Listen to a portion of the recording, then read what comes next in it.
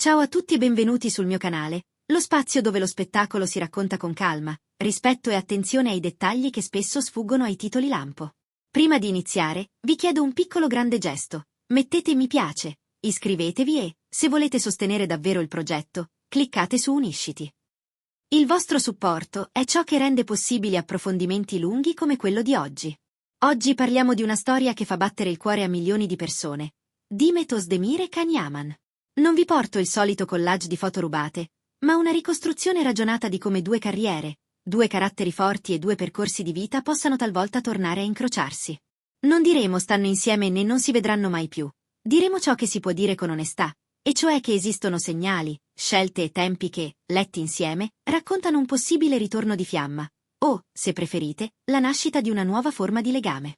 Cominciamo dalla base. Erkенçikus non è stato soltanto un set condiviso. È stato un alfabeto comune, una lingua in cui Demet e Can hanno imparato a capirsi con mezza smorfia, con un sopracciglio, con una pausa nella battuta. Quel codice resta impresso nel corpo.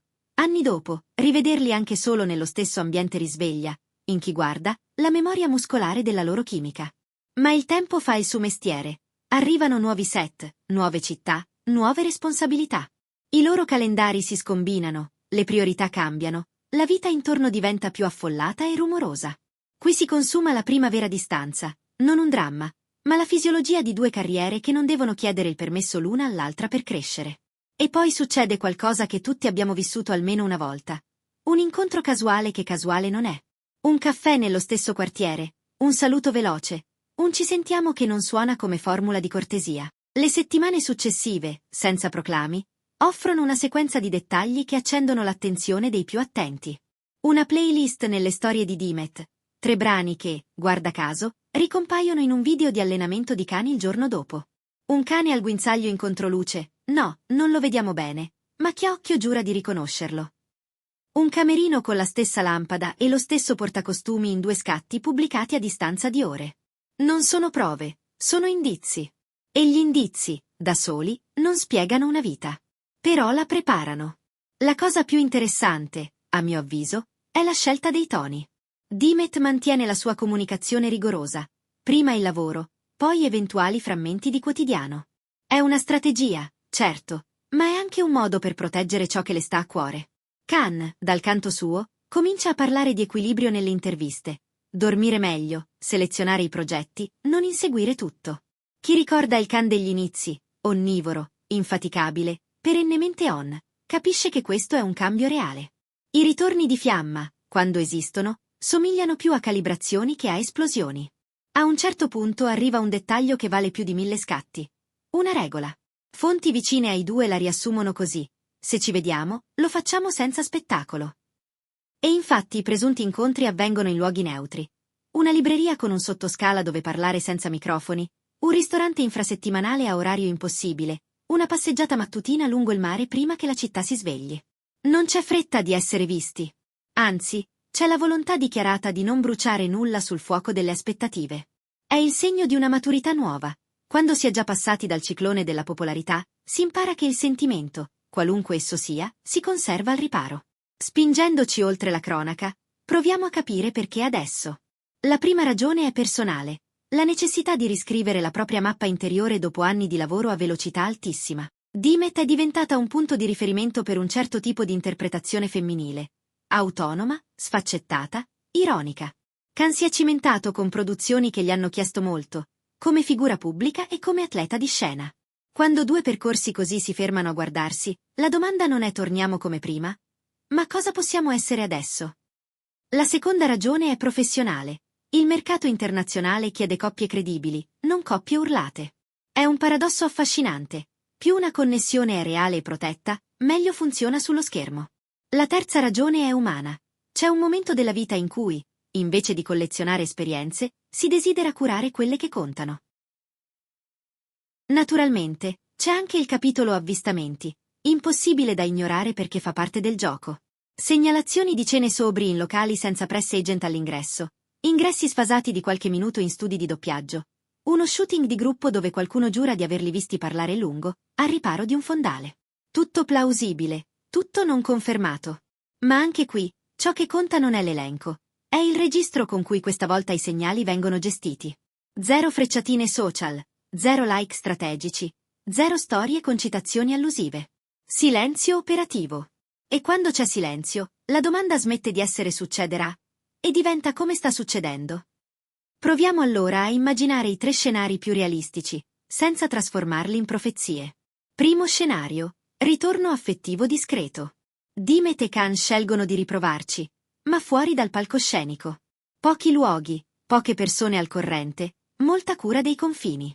Un patto iniziale: non dimostrare niente a nessuno. Secondo scenario: alleanza creativa. Non si definiscono come coppia nella vita privata, ma decidono di lavorare di nuovo insieme, scommettendo su una storia scritta al millimetro, magari in un progetto non turco, dove la pressione locale è minore e le scadenze permettono una gestione più serena. Terzo scenario: amicizia resistente. Si riconoscono come presenza importante l'uno nella vita dell'altra, senza romanticismo. È un esito meno spettacolare, ma a volte più duraturo. In tutti e 3 i casi, la parola chiave è la stessa: scelta. Non speculazione, non reazione, non nostalgia. Scelta. Non possiamo ignorare il rumore di fondo dei fan. Le community sono gigantesche e internazionali. Molti chiedono solo una foto insieme, altri invocano rispetto del silenzio, altri ancora giocano con l'idea di un annuncio imminente. In mezzo, una voce nuova si sta facendo largo: il tifo gentile. Commenti sobri, richieste misurate, messaggi che dicono siate sereni e fatevi del bene. Lontanissimi dai giorni in cui si pretendeva accesso illimitato alla vita degli artisti, questi toni raccontano un cambiamento culturale. Si può desiderare senza pretendere. Quanto pesa l'industria in tutto questo? Molto, ma non tutto. I brand evitano di spingere su operazioni nostalgia a freddo. Le produzioni pensano a progetti su misura che non costringano Dimet e Khan a vivere la promozione come una prova di resistenza. Se torneranno sullo schermo insieme, sarà per una storia all'altezza, non per un titolo facile. E se non succederà, sarà ugualmente una scelta rispettabile. A volte il coraggio sta nel non cavalcare l'onda. C'è un'immagine, più di tutte, che sintetizza questa fase. Una colazione molto presto, tavolo vicino a una finestra, 2 tazze, nessun telefono in vista. Parlano a bassa voce, si interrompono poco, si ascoltano molto. Non c'è posa, non c'è scene. Solo la pratica umana più difficile quando hai milioni di occhi addosso. La normalità.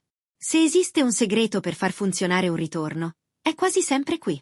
Non nelle dichiarazioni roboanti, ma nelle mattine in cui ci si chiede, con calma, cosa serve all'altro per affrontare la giornata. Chiudo con un pensiero che esce dal perimetro dei 2 protagonisti e riguarda tutti noi. Dimet Özdemir e Can Yaman, nel bene e nel male, hanno insegnato a un'intera generazione di spettatori che la chimica non è un incidente, è un artigianato. Si costruisce, si affina, si nutre. Se stanno davvero riscoprendo quella chimica, lo capiremo non dalle foto sgranate, ma dalla qualità delle scelte che vedremo. Meno clamore, più sostanza. Meno fretta, più precisione. Meno favola, più verità. E se invece questa è solo una bella amicizia ritrovata, avremo comunque vinto qualcosa, la prova che la cura è più forte dell'algoritmo. Adesso tocca a voi. Cosa vi sembra più verosimile tra i 3 scenari? Preferireste rivederli sullo schermo o vi basta sapere che, qualunque cosa siano, la stanno proteggendo bene? Scrivetemelo nei commenti. Leggerò tutto e selezionerò le riflessioni più interessanti per il prossimo video. Se questo approfondimento vi è piaciuto, ricordatevi di lasciare un mi piace, iscrivervi e attivare la campanella. Qui continuiamo a seguire le storie con la pazienza dei fatti, non con l'ansia dei rumor.